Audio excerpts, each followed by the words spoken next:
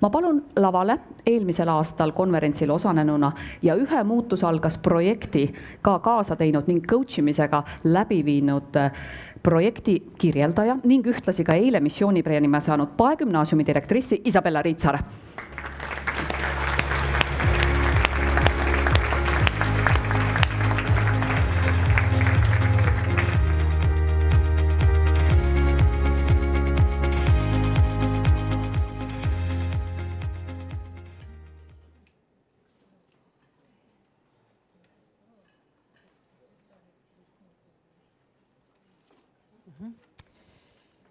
Austatud kolleegid, muutused meie elus ja meie ümber toimuvad iga päev.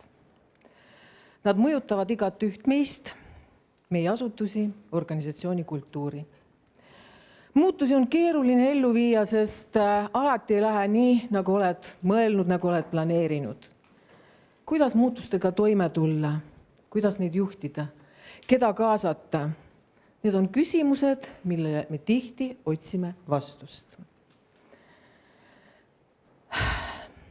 Mäletate, Margit Raid eelmisel konverentsil tutvustas meile 7 I-meetodi, kuigi ta praegu ütles, et 5 I-meetodi.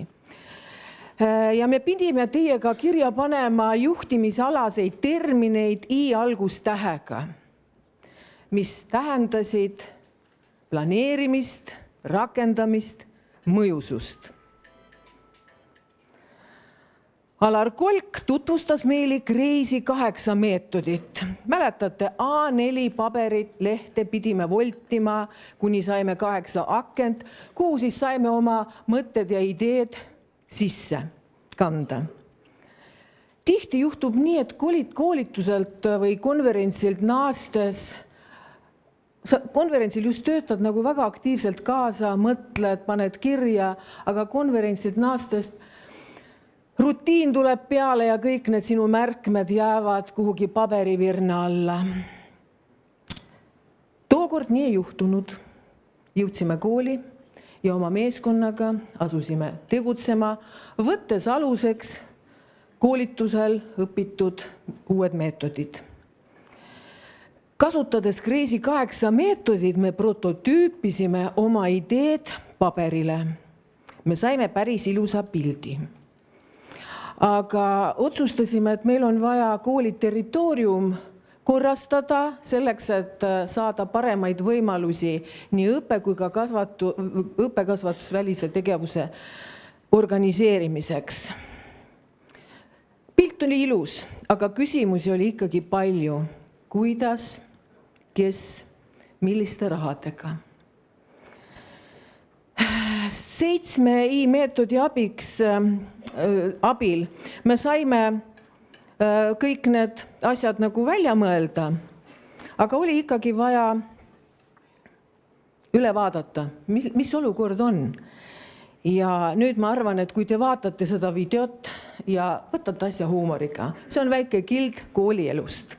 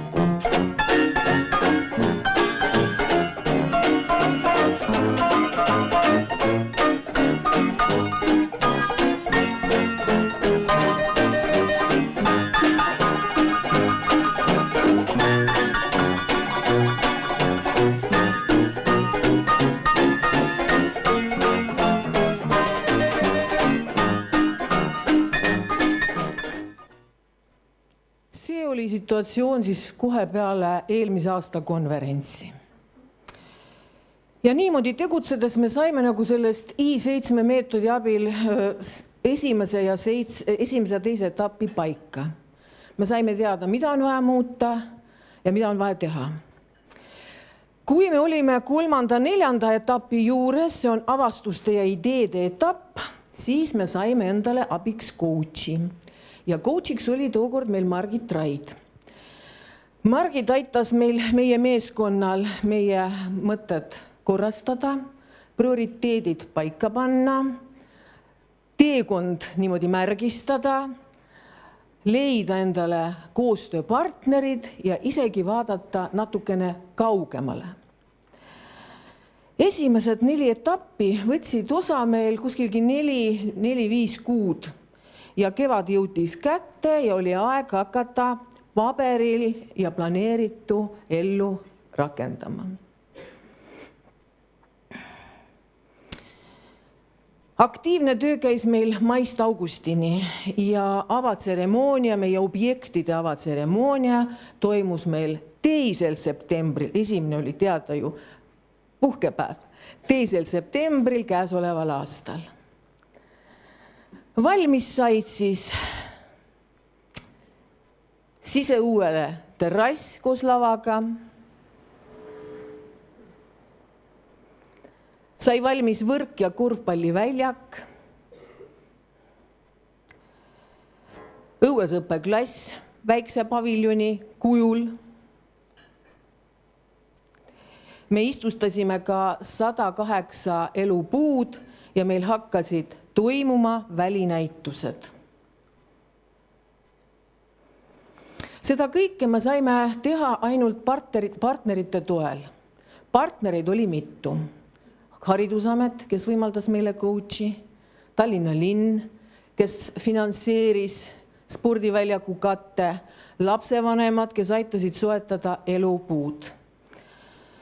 Me ei jõudnud selle esimese etapiga paigaldada meie kooli ilmajaama, mille seadmed olid ostetud, aga nüüd me ootame paremaid ilmastikutingimusi, et see saaks paigaldatud ka meie kooli õuele.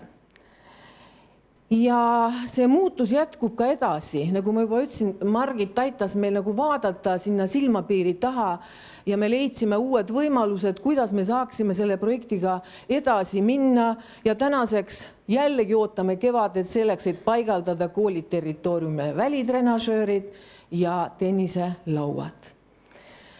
Kas see muutus mõjutas kuidagi ka meie koolielu?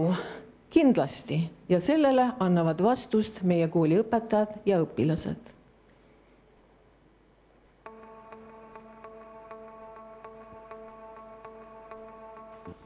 Ja on küll muutus. Meie hoovis ehitati lavad või terrass ja siis juba 1. septembril meie lapsed esinesid seal ja tantsisid ja laulsid ja isegi mõned õpetajad ka tantsisid. Ja kindlasti näiteks kevadel võiks läbi viia laual kevadkontserti või mingi pisikest festivali, miks mitte. Uuel laval toimuvad aktiivsed vahetunnid. Uuel laval me mängime ja loeme raamatuid. Uuel laval meil toimuvad kontserdid. Meie kooliaias on uus elupuudest hekk. Puud on veel väikesed, aga kui nad kasvavad, siis nad kaitsevad meie kooli õue tolmu ja müra eest ja loodetavasti tulevad siia ka varsti linnukesed elama. Koolihoovi uuenduskuur on loonud uusi võimalusi ruumi kasutamiseks nii õpetajatele, õpilastele kui ka kogukonnale laiemalt. Oleme korraldanud mitmeid näitusi kooli aia peal ja näitused on käsitlenud teemasid, mis on olulised laiema kogukonna jaoks. Näiteks esimene näitus oli seotud Lasnamäe linnaosa tulevikuga, kus õpilased fantaseerisid linna ökoloogia ja arhitektuuri teemadel.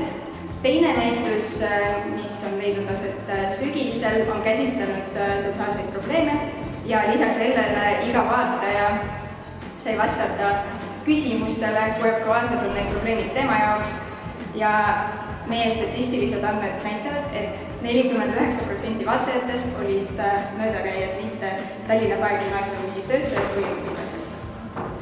Meil aias on uus õppeklass. Meil on vahva korvpalliplats ja me saame mängida korvpalli. Paar korda toimusid meil õues eesti keele tunnis. Üks toimus välislaval ja teine õuepaviljoonis. Seal me istusime ringis patjade peal, mängisime ja täitsime töölehte. Need tunnid olid huvitavad, soovime, et neid oleks rohkem. Muutusi on toimunud väga palju, aga mulle kõige rohkem meeldivad elupuud, mida istutati meie aias. Lapsed said võimalusi mängida välimänge, rahvastepalli, võrkpalli ja korvpalli.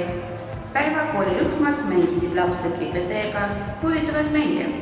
Projekti Liikuma kutsuv kooli raames toimusid põhikooli õpilaste spordivõistlused.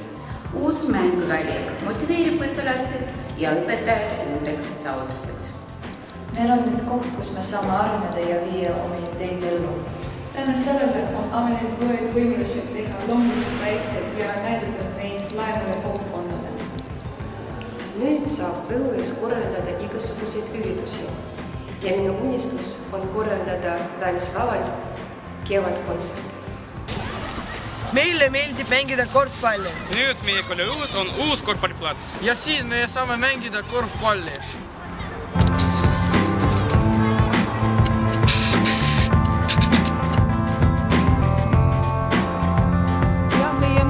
Algas 11. detsembril aastal 2018 ja see kestab edasi.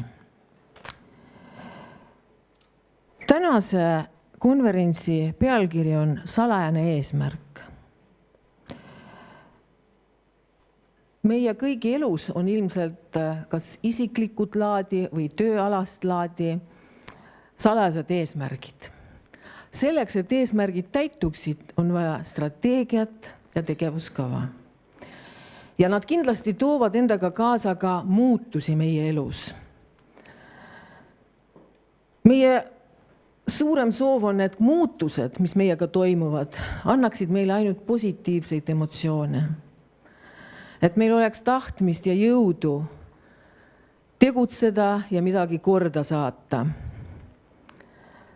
Ja ma soovin kohal viibijatele lennukaid ideid, toredaid pealehakkamisi, innukaid meeskonna liikmeid.